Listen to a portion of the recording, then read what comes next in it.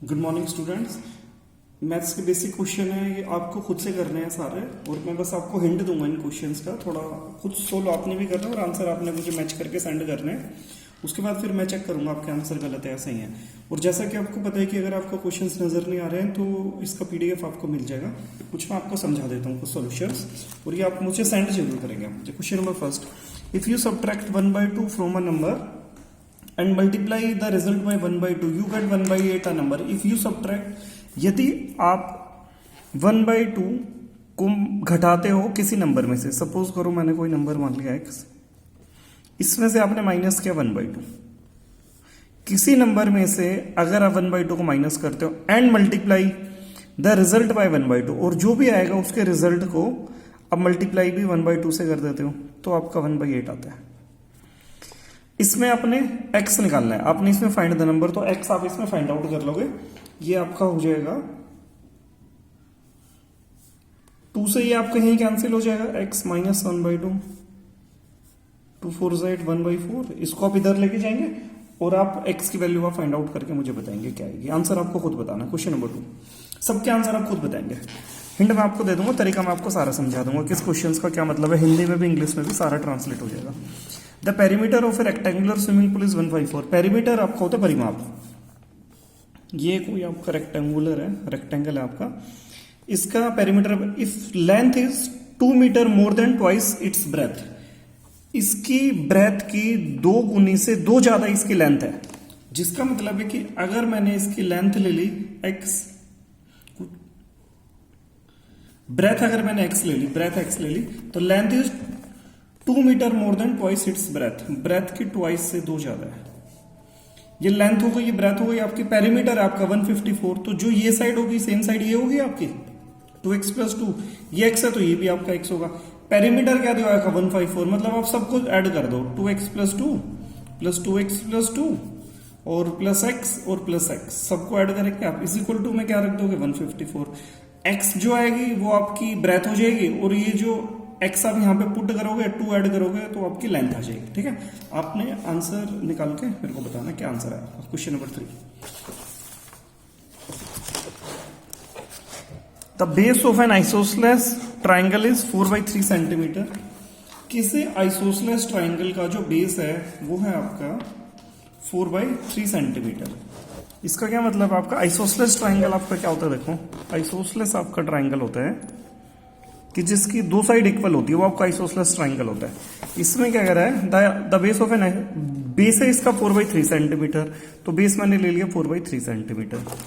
आगे कह रहा है पेरीमीटर है इसका 4/2/15 सेंटीमीटर, पेरीमीटर है 4/2/15 सेंटीमीटर। तो ये साइड 2 साइड इक्वल होती है, x हो गई, एक साइड x, दूसरी साइड x, तीसरी side 4/3 is equal to mixed fraction है तो बना लेंगे 15 4 62, 62/15।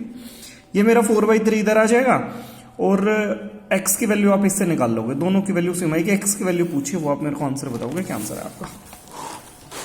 Find the length of either the remaining equal side, remaining equal side जो भी दोनों बच्चे को बतानी है। Sum of 2 number is 95, sum of 2 number is 95। जो आपका 2 नंबर का सम है वो आपका 95 है। ये मैंने 2 नंबर ले लिया आपके, एक x + y मैंने ले लिया 95। आगे कह रहा है if one number exceed the other number by 15, एक नंबर दूसरे से 15 ज्यादा है तो दोनों नंबर बताने।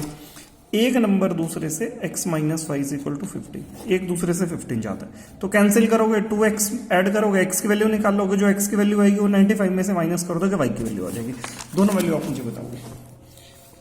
क्वेश्चन नंबर 5 है आपका। इसके बाद 2 number are in the ratio 5:3, जो 2 संख्याओं का जो अनुपात है वो 5 और 3 है। इफ दे डिफर बाय 18, उनका अंतर यदि 18 है तो फाइंड नंबर्स। तो आपने नंबर्स बताने, कैसे बताओगे, सेम आपको कह रहा है 2 numbers are in the ratio 5:3। एक रेशियो जब भी होती है तो आप 5x और 3x लिख लोगे। उनका अंतर कितना कह रहा है, उनका अंतर 18 है, तो मतलब 5x - 3x = 18। तो यहां सर आपका x की वैल्यू आ जाएगी, x की वैल्यू आएगी तो आप इस फर्स्ट में पुट कर दोगे, सेकंड में पुट कर दोगे x की वैल्यू, बस आपके नंबर आ जाएंगे। क्वेश्चन नंबर 6,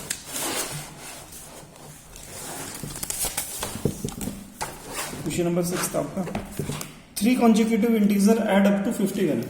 यदि आपने 3 कॉन्जिक्यूटिव नंबर को अगर आप जोड़ते हो तो आपका आएगा 51 आएगा आपका।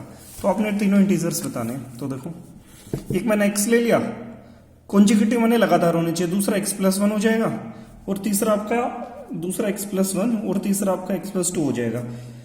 इनको आपने ऐड किया, x को x+1 को और x+2 को, तो आपका आएगा 51। तो x की वैल्यू निकालो, जो भी आएगी वो x हो गई, दूसरी x+1 एक ऐड कर देना और तीसरी में 2 ऐड कर देना, आपके तीनों नंबर आ जाएगा। क्वेश्चन नंबर 7 पे आते हैं।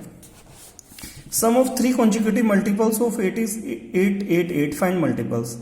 ये भी 3 लगातार गुणज, 8 के 3 लगातार गुणज को जब आप जमा करोगे तो आपका 888 आएगा। मतलब कि एक अगर आपने x लिया तो उसके बाद x+1 और उसके बाद x+2, पर 8 के मल्टीपल होने चाहिए, तो आप 8 से मल्टीप्लाई कर दोगे, इसको भी 8 से मल्टीप्लाई करो, इसको भी 8 से मल्टीप्लाई करो, इसको भी 8 से मल्टीप्लाई करो, तीनों को ऐड करोगे 888, ये क्या है 8x, ये 8x प्लस 8 बन जाए 8 और 8x प्लस 16 और इज इक्वल टू आपका आएगा 888। यहां से आप 8 की x की वैल्यू निकाल लोगे, यहाँ पे फिर आप मल्टीप्लाई करोगे 8x और यहाँ पर ऐड कर दोगे, यहाँ पर ऐड कर दोगे, आपके तीनों नंबर आ जाएंगे। आप मुझे बताओगे क्या आंसर है। क्वेश्चन नंबर 8, कैलकुलेशन आपने खुद करनी है सबकी। Question number 8, 3 consecutive integers are such that when they are taken in increasing order and multiplied by 243 they add up to 74, find the number। 3 consecutive integer है, लगातार इंटीजर है 3 और इंक्रीजिंग में सेम है। अगर मैंने एक x ले लिया, दूसरा x+1, तीसरा x+2, ठीक है। अब कह रहा है जो इंक्रीजिंग ऑर्डर में लिख लिया एंड मल्टीप्लाइड बाय 2, 3, 4 रिस्पेक्टिवली, मतलब क्रमश वाइज उसको 2, 3 और 4 से मल्टीप्लाई करना है और जब उनको जमा करेंगे तो आपका 74 आ जाएगा।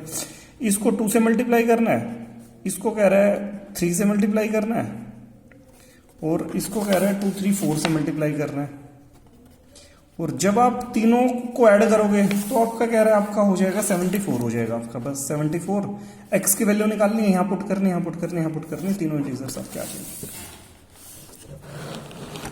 The age of Rahul and हरन आर इन द रेशियो 5:7।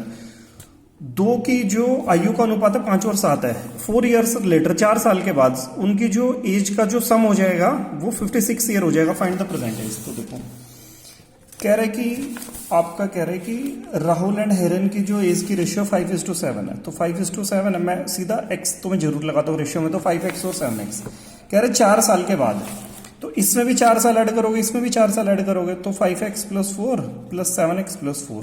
4 साल के बाद उनकी एज की रेशियो, उनकी एज का सम कह रहा है हो जाएगा 56 ईयर। तो यहां से आप x की वैल्यू निकाल लोगे, इसमें ऐड करो और इससे मल्टीप्लाई करो, इससे मल्टीप्लाई करो और फिर बस यही बताना आपको उनकी प्रेजेंट एज क्या होगी आपकी।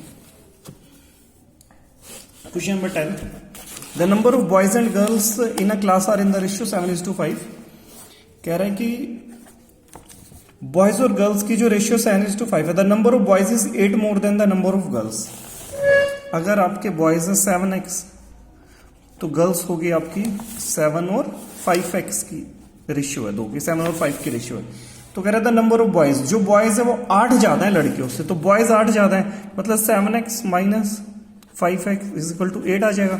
यहां से आप x की वैल्यू निकालोगे, x की वैल्यू निकाल के आप यहां पे पुट करोगे तो बॉयज आ जाएंगे और यहां पे पुट करोगे तो गर्ल्स आ जाएगी और दोनों को ऐड करना है, टोटल नंबर ऑफ स्ट्रेंथ बतानी है लड़के और लड़कियां की।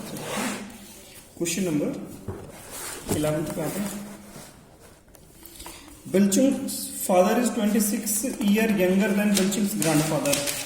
ये कह रहा है जो बिल्चुंग के जो पिता हैं वो 26 year younger than Bilchung's grandfather, वो बिल्चुंग के ग्रैंडफादर से 26 साल छोटे हैं। तो सपोज करो अगर मैंने ले लिया बिल्चुंग ग्रैंडफादर, मैंने ले लिया x, तो जो बिल्चुंग के जो फादर है वो क्या कह रहा है 26 ईयर यंगर है, छोटे हैं, तो कितने हो जाएंगे x - 26 एंड, और इसी की बात कर रहे हैं, and Bilchung father is 26 year younger and 29 year older than Bilchung, और कह रहा है कि बिल्चुंग से 29 साल बड़े हैं, ओल्डर है। तो बिल्चुंग से इसी के father, Bilchung father is 26 year younger than Bilchung grandfather and 29 year older than Bilchung, कह रहा है इससे 29 ईयर बड़े हैं। तो बड़े हैं तो मतलब ये छोटा होगा 20, इसकी एज से जो बिल्चुंग है वो 29 साल और छोटा हो जाएगा ना, तभी तो ये बड़े होंगे। तो इसमें से मैंने 29 और मैंने इसमें से माइनस कर दिया। 29 साल हो रही है, इससे बड़े हो गए। अब कह रहा है कि जो आपकी तीनों की एज का समय 135, तो तीनों को ऐड करो, x plus x minus 25 plus x minus 55 और इज इक्वल टू आपका जो तीनों का सम है वो आपका दिया हुआ है, तीनों का सम आपका 135। तो इसमें आपने कर दिया 135 इज इक्वल टू में x की वैल्यू आप यहां से निकालोगे, जो भी x की वैल्यू आपकी आएगी वो बल्चिंग ग्रैंडफादर की वैल्यू आ जाएगी, उसमें से 26 माइनस करोगे तो फादर आ गया, और ये 55 माइनस कर दोगे तो आपका इसकी एज आ जाएगी। तो तीनों की एज आपने मेरे को बताना है। क्वेश्चन नंबर 12 पे आता है।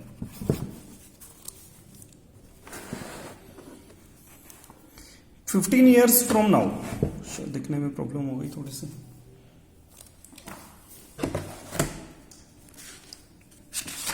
मैं रीड कर देता हूं। 15 years from now Ravi age will be 4 times his present age. क्या अब ठीक है। 15 years from now Ravi age will be 4 times his present age. आज से 15 साल के बाद जो रवि की एज है वो 4 गुना हो जाएगी उसकी प्रेजेंट एज से। तो सपोज करो उसकी अगर प्रेजेंट एज है आपकी x है, अब कह रहा है कि 15 ईयर्स फ्रॉम नाउ, 15 साल के बाद, 15 साल के बाद मतलब ये x है, ये x प्लस 15 है। 15 साल के बाद कह रहा है कि Ravi age will be 4 times his present age. कह रहा है कि इसकी प्रेजेंट एज से ये 4 गुना हो जाएगी, तो ये आपकी हो गई 4 गुना हो गई। तो यहां से आपने x की वैल्यू निकालनी है, जो वैल्यू आएगी आपका आंसर हो जाएगा। रवि की एज आ जाएगी। Question number 13, A rational number is such that when you multiply it by 5/2 and add it 2/3 to the product, you get minus n/12. A rational number, कोई भी rational number मैंने x ले लिया, is such that when you multiply it by 5/2, जब तुम इसको गुणा करोगे 5/2 से, मैंने मल्टीप्लाई कर दिया 5/2 से, and add 2/3, और इसमें आपने ऐड करना है 2/3, यू गेट -7/12। आपको -7/12 मिलेगा। तो आपको नंबर्स बताने हैं आपको, तो x की वैल्यू आप यहां से निकाले लोगे, क्या आएगी, ठीक है, खुद से आपने करके मेरे को सेंड करना है। ये 2/3 इधर आके -2/3 हो जाएगा, और x की वैल्यू आप फिर मल्टीप्लाई करके मुझे बताओ। Question number 14,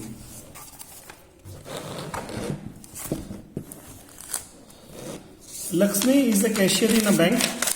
She has currency notes of denomination of rupees 100, rupees 50, rupees 10. The ratio of the number is 235.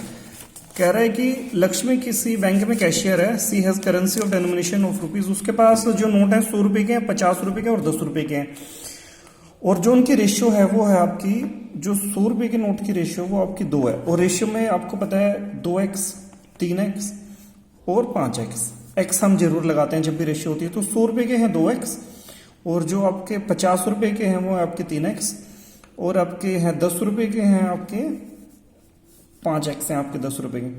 तो कह रहा है जो टोटल कैश है वो है उसके पास 4 लाख, 4 लाख रुपीज। तो नोट्स की डेनोमिनेशन, तो ये कितना हो गया आपका 200x हो गया, ये आपका 150x हो गया, 150x, ये कितना हो गया आपका 50x हो गया। तीनों को ऐड करो और इज इक्वल टू में किसके रख दो, 4 लाख के इक्वल रख दो, तो ये आपका 400 हो जाएगा जब तीनों को ऐड करोगे। 400x is equal to 4 lakh. x की वैल्यू निकालो, यहां पे रखो, यहां पे रखो, यहां पे रखो। आप 2x, 3x और 5x पूछा है आपसे, इसमें पूछे find the notes of each denomination. तो x की वैल्यू आप यहां पे रखोगे, 2 इंटू एक्स करोगे, 3 इंटू एक्स करोगे, 5 इंटू एक्स करोगे, आपके तीनों के आ जाएगा। 100 के 2x थे, 50 के 3x के और 10 के 5x थे, तो यहां पे रखोगे आपका आंसर आ जाएगा। ठीक है, क्वेश्चन नंबर 15,